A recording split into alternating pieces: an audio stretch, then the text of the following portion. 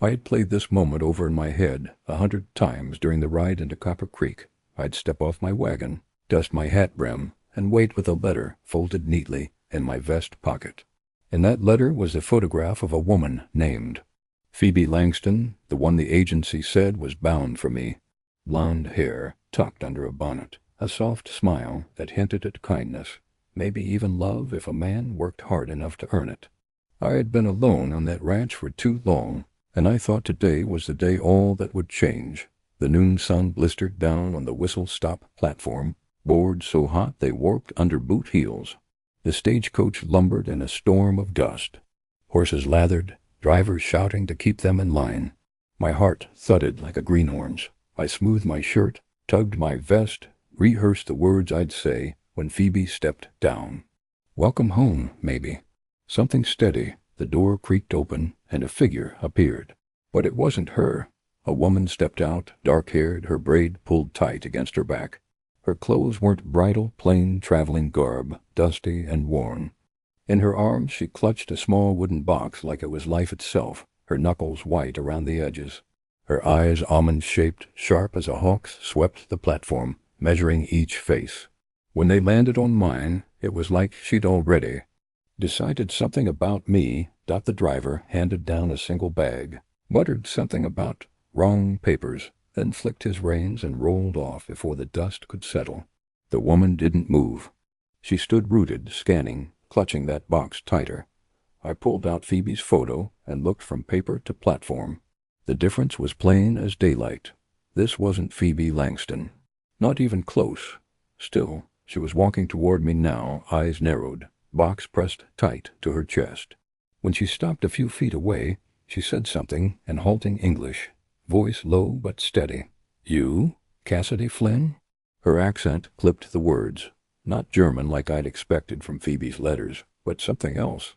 Chinese, maybe? I blinked. "That's my name," I said, wary. She nodded once, like a deal was sealed. Then she held out a folded paper. I opened it with calloused fingers. The name printed at the top wasn't mine. It wasn't even close. I looked back at her. "There's been a mistake," I said, but before I could hand it back I saw the edge of her bag canvas torn, threads ragged, and just beneath the tear, a dark stain.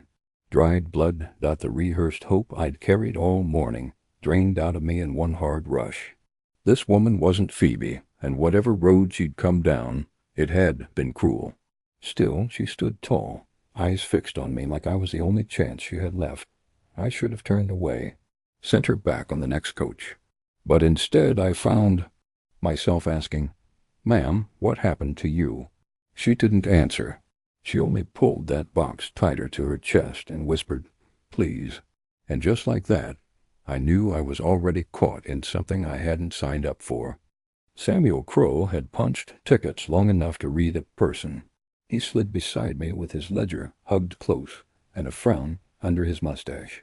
"Cass," he murmured, eyes taking in the torn bag and the brown crust at its seam. "We got a tangle."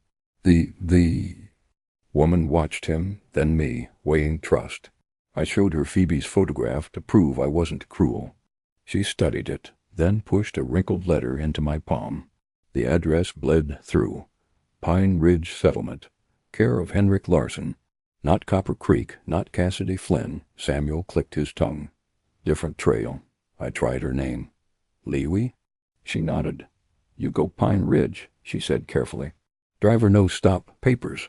She gestured and flinched when her sleeve slid back. A fresh gash, wrapped with a strip from her hem. It had bled through and dried hard.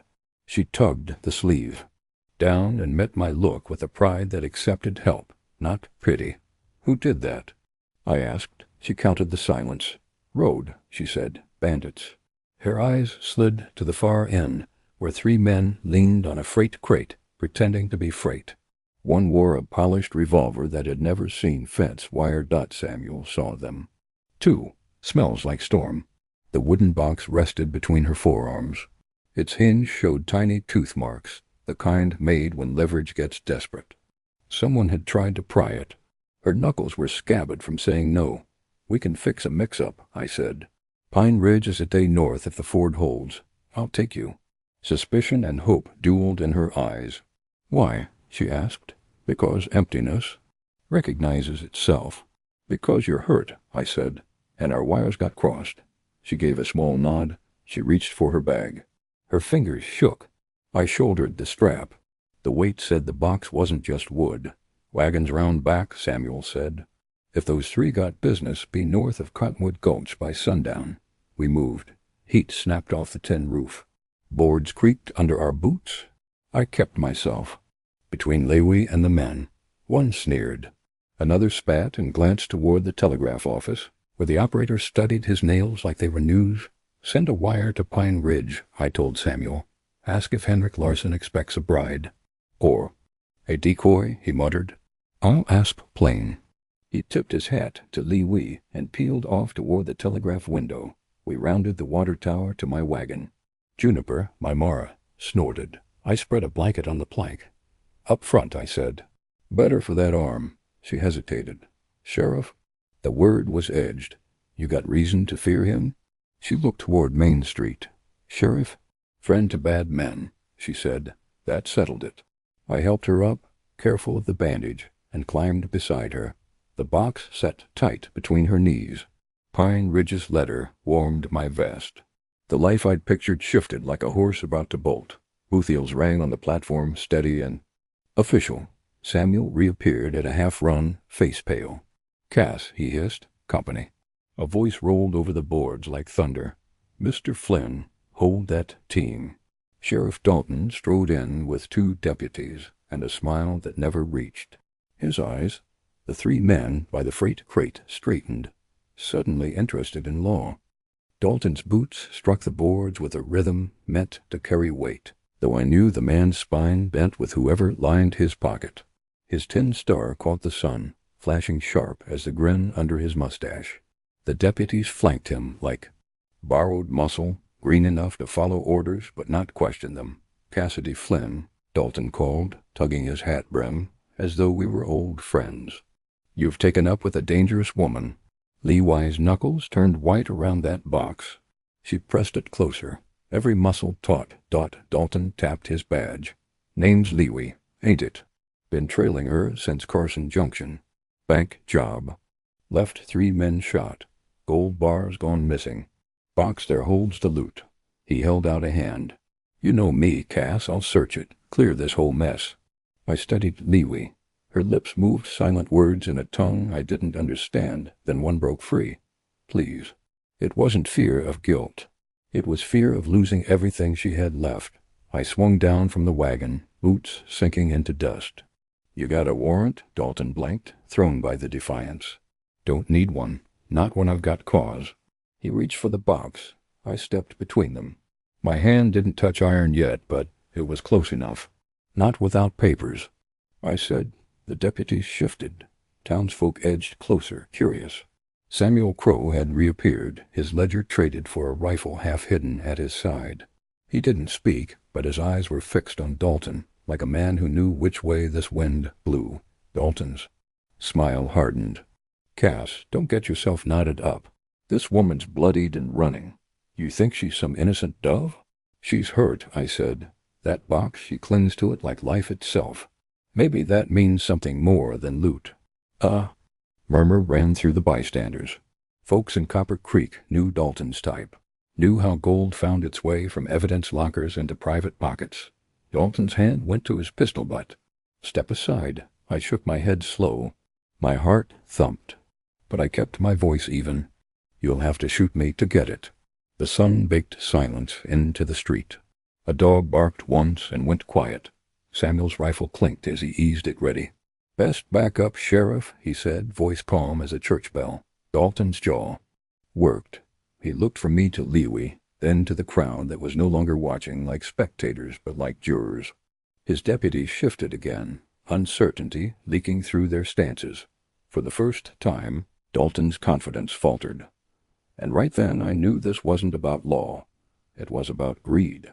And if I let him take that box, I'd never know what truth it held or why Lewy had bled to protect it. So I planted my boots firmer in the dust and said, "No." Dalton's smile came back meaner. "Last chance, Cass. Hand me that box. Leewee didn't wait. She slid the box to her lap. Her fingers found the small latch. Scabbard knuckles lined with the gouges along the lid, same width, same angles. She'd fought to keep it shut. I show, she said. The latch clicked. Sunlight flashed off stacked circles bundled in silk. Not bank, bricks rolls of coins, each wrapped in red cloth with narrow paper tags. Black brush strokes marked them. Leewee lifted one roll with both hands like a Bible. Murmurs stirred. Mrs. Hanley leaned in. Dowry bundles, she breathed. Dalton reached fast, casual, like snatching an apple. I folded the lid down between his fingers and the treasure. He jerked back with a curse. Careful, I said. Looks like family money. I tapped the slips. Names. B.A. Or counts, Samuel added, rifle at an easy low. Inventory makes thieves nervous. Leewee touched a tag. My mother right, she said. Name. Blessing. For future. She peeled silk just enough to show a coin stamped with tiny characters, then covered it. Not bank, gift. The deputies shifted. Bystanders murmured around Dalton instead of with him. His story leaked. I pointed to the gouges. These match her hands. Whoever tried to pry it wasn't her. Dalton's eyes narrowed. You a magistrate now, Flynn? I say, what's evidence? Then, act like it, I said. Bring a warrant. Bring a banker who knows a dowry roll from a bar. I let the words carry. Or maybe you already know. That hit. The men by the crates studied their boots. Leewee lifted the top bundle, showed the coins, then folded it back with care. I trust you, she said, careful as stepping river stones. Not him. Me. Heat moved in my chest. Not romance, not yet. The old coal a man banks for winter. Dalton tried soft. Miss, let me keep it safe at the jailhouse. Leewi's fingers tightened. Jailhouse is where bad men come, she said. Bad men wear star. A nervous laugh sparked and died. Dalton edged closer, thumb worrying his holster. Cassidy, he said low, you're making this personal. It is, I said. You came at a hurt woman with a crooked story and reached for her property like it was yours. If you want that box, fetch papers. If you want her, show the charge to Judge Emery. I tilted my head. Unless you're afraid of ink. He stared. The deputies watched his shoulders. He looked past me to Copper Creek faces adding up the odds. His mouth thinned. He tipped his hat without grace. By the book, then? He stepped back, but his eyes promised later. Only when he drifted off did Leewee exhale. She fit the bundle back into the box and closed the lid, protective as a mother. Thank you, she said, then almost shy, Cassidy. Reckon we move, Samuel murmured. Book or no book, he writes his own pages. Then we get ahead of him, I said. I set the box between us on the wagon bench. Pine Ridge. As I snapped the reins, the town watched, not with gossip, but with a question. I didn't know the answer. I only knew that, for the first time in a long while, doing right felt simple as breathing. We hadn't rolled 2 blocks when the first shot split the air. My mare reared, the wagon lurched. Coins spilled like sparks across the boards Leewi's box had jarred open. She snatched it back into her lap, shielding it with her body. From the south road, another stage barreled in, wheels hammering. Dust boiled as horses skidded. Men leaped off before it stopped moving, half a dozen, rifles at their shoulders. Formation tight as any army drill, dot at their head, strode a man with iron. In his eyes and command in his voice. Leewee, he barked. She gasped, relief flooding her face. Chun Wei. He crossed to her in 3 long strides, arms braced, voice sharp. Sister, you are safe now. His men spread, disciplined, surrounding the wagon. They weren't drifters. They moved like soldiers who had drilled together for years.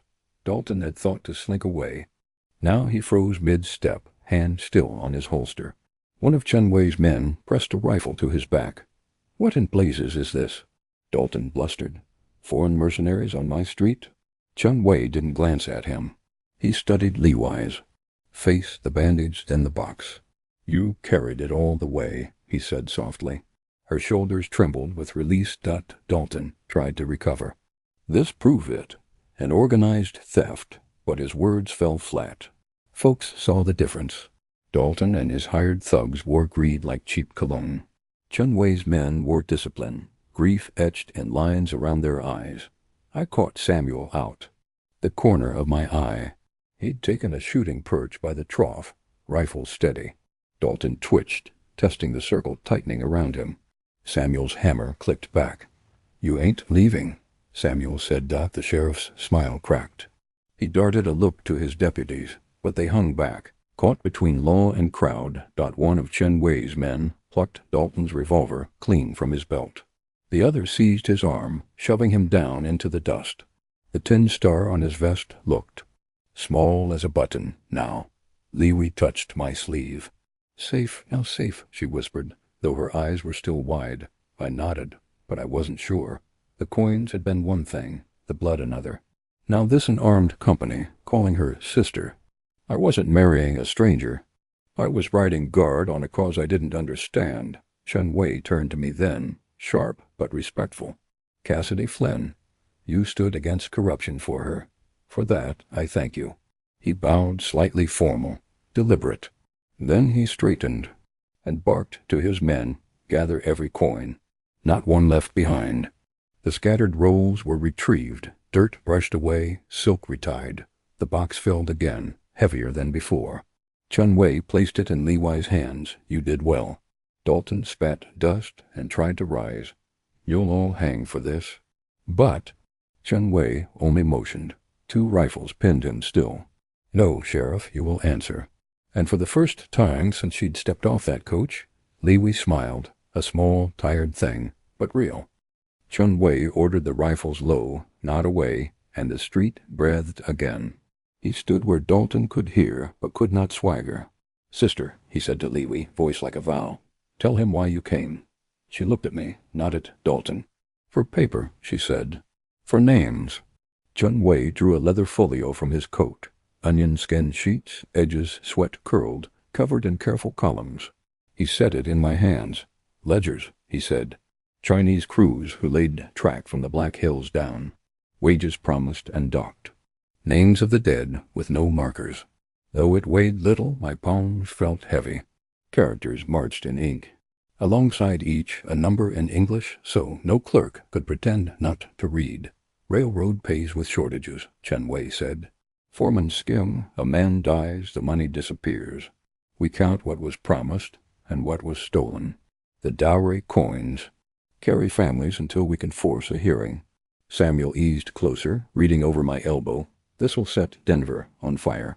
Liwi touched the box. "Henrik Larson was cover," she said. "A good man in Pine Ridge, who send letters for safe path. I go to Denver with papers, meet men who listen. Marriage only paper to hide me on travel." Heat flushed my neck, not at her, but at my own small hunger. I had ordered a life by mail, like it was a plow, and she had ridden into a war wearing my name as armor. Dalton found his voice. "Pack of lies. You expect a court to weigh foreign scribbles against a sheriff's word?" "Not a sheriff," Samuel said, quiet but sharp. "You." Chun Wei unfolded another sheet. English names titled "Claim Agents and Deputies Paid." Near the bottom sat Dalton. His face went chalk. "You take coins to lose complaints," Chun Wei said. "We have receipts." If the crowd had been a jury before, now it was a gallows. Dalton jerked. "Forgery." "Then show Judge Emery," I said. "He rides circuit tomorrow. Keep your men calm, and we'll put this before him without a street brawl." I turned to Liwi. "Your arm needs a doctor. After that, I'll hitch a fresh team and take you to the Ridge Road. From there you choose." Her eyes softened. "You help," she said. "You did not have to." "Maybe I did," I said. "A man's got to be good to somebody, or else what's the point?" Chun Wei inclined his head. "We will escort thee." "Sheriff to Emery. We will hold the deputies as witnesses." He measured me. "You are not of our clan, Cassidy Flynn, but you stood as if you were. We will remember your name." Liwi slid the lid shut and set her palm on top as if swearing. "My mother's coins keep families breathing until justice pays. You keep me breathing today." Dalton, pinned in the dust, started to shake. "This won't end me." "I got friends, not here," Samuel said. He tipped his chin toward the crowd. "Not anymore." Evening. crept in. The day I thought I'd meet a bride had become a reckoning, and the truth was this. I wanted this woman safe. Not because a letter told me to, but because I had seen her stand and refuse to let go of what mattered. "Let's get you stitched up," I said. "Then Denver." She nodded once. Then Denver. The sun sagged low, throwing Copper Creek in copper light. Dalton was hauled off under guard, wrists tied with his own belt. Folks who had once tipped him beers now turned their backs. His deputies, stripped of badges, walked pale and quiet. Leewee sat on the wagon bench while the doc wound clean linen round her arm. She didn't flinch, though the cut ran deep. Chun Wei hovered like a wall, but when she caught his sleeve, he stepped back. "She says you may stand close," he told me. I did, awkward as a boy at his first dance. She turned her face up. "Thank you," she said, slow but clear. Each word carried effort, not weakness. "You don't owe me that," I answered. Truth is, I owed you for walking into town with nothing but trust I didn't deserve. Her eyes softened. There was no smile, but there didn't need to be. Chun Wei watched, unreadable, then spoke in English for my benefit. "She vouches for you. That means when you speak, our clan will listen. Do not waste that honor." "I won't," I said. And I meant it. The box sat at her feet, coins safe again. For all the talk of dowry, I understood now. It was less about marriage and more about memory, proof that families had lived and worked and mattered. "You could leave tomorrow," I said quietly. "I can drive you as far as Pine Ridge, and you'll be in Denver within a week." She studied me. "And you?" I laughed, short and rough. I was supposed to meet a bride today. Thought I was done being alone. Seems fate had other plans. Her brow furrowed, like she searched for words. Then she touched her chest. "Not paper," she said. "Not letters. Real." The doc tied off the bandage. Chun Wei nodded approval. Samuel, leaning on his rifle, caught my eye and smirked. "Looks like you got a friend, Cass, maybe more." I shrugged, but my throat tightened. The truth was simple. I'd rather earn Lewi's respect in the dust and danger than any bride. Promised in ink dot as twilight cooled the air, Chun Wei clapped my shoulder. "She will decide her path, but tonight she is safe with you." Lewi looked at me, then, eyes steady. No letters, no photographs, just a question of whether two strangers could build something out of truth instead of pretense. I didn't push. I only said, "Stay long enough to heal. After that, you'll know if you want to ride on or stay." Her lips parted, and this time she did smile. Small, tired, but enough to shift the whole weight of the day. By violet dusk, the dust had settled in the cracks, and so had the town. Chun Wei posted men at the jail and the telegraph. Samuel poured coffee like medicine. Judge Emery's wagon rattled in at sunset. He took one look at Dalton tied to a cot. Within the hour, he'd cleared a hotel table and spread the ledgers under a lamp. The room smelled of ink and coffee. Emery read names. Ah Kit, Wang Jian, Lo Sam numbers inked twice, so no American could pretend not to read. When he reached the page that listed Deputy Lost Complaints, his mouth went thin. He signed orders, safe passage to Denver for Lewi and her escorts. Dalton remanded to the territorial court. Chun Wei's men didn't cheer. They stood as if applause might disturb the dead. Lewi stood among them, the box at her feet, bandage. Neat and white, relief took up space in her frame. Folks drifted home. Stars nailed the sky back in place. Later, on my porch, a lantern threw a small circle on the boards. Crickets rasped. Lewi sat with the box between us and traced the grain. "Chun Wei rides at first light," she said. "2 men stay to guard the ridge road." "You could go with them," I said, saying it hurt more than I'd admit. It'd be wise. She held the flame in her eyes, then met my look. "I am tired of wise that makes me small." She set her palm on the lid. "You keep this tonight." My breath hitched. "That's a lot of trust." "Trust is heavier than gold," she said. "You kept me when I was noise to other men, not paper. You." I drew the box toward my side like a brand a man ought to earn every day after. "Then I'll keep it," I said. "And if Denver is still your road, I'll hitch at dawn and drive." She studied me counting exits, measuring risk. "Maybe Denver," she said softly. maybe Copper Creek, maybe both. She allowed a small smile. You asked? Me to stay and heal. I stay. Tomorrow we talk again. Tomorrow I decide. The ache I'd carried since morning loosened. The life I tried to order by letter didn't cut so much laid alongside hers. Then we'll do it that way, I said. No pretending. Just honest work and clean coffee. She laughed, water finding its bed after a flood. We sat until the lantern sank low, the box between us like a promise without a preacher. When she rose, she touched 2 fingers to the lid, then to my sleeve. Tomorrow, she said. Tomorrow, I echoed. Inside, I set the box on my kitchen table where man keeps bread. The red silk knots looked like sleeping hearts. In the dark, I felt something I hadn't in years. I was not alone. Paper tears. Gold gets spent. A name, if you don't throw it away, will hold through storms. I had waited for a bride made of letters.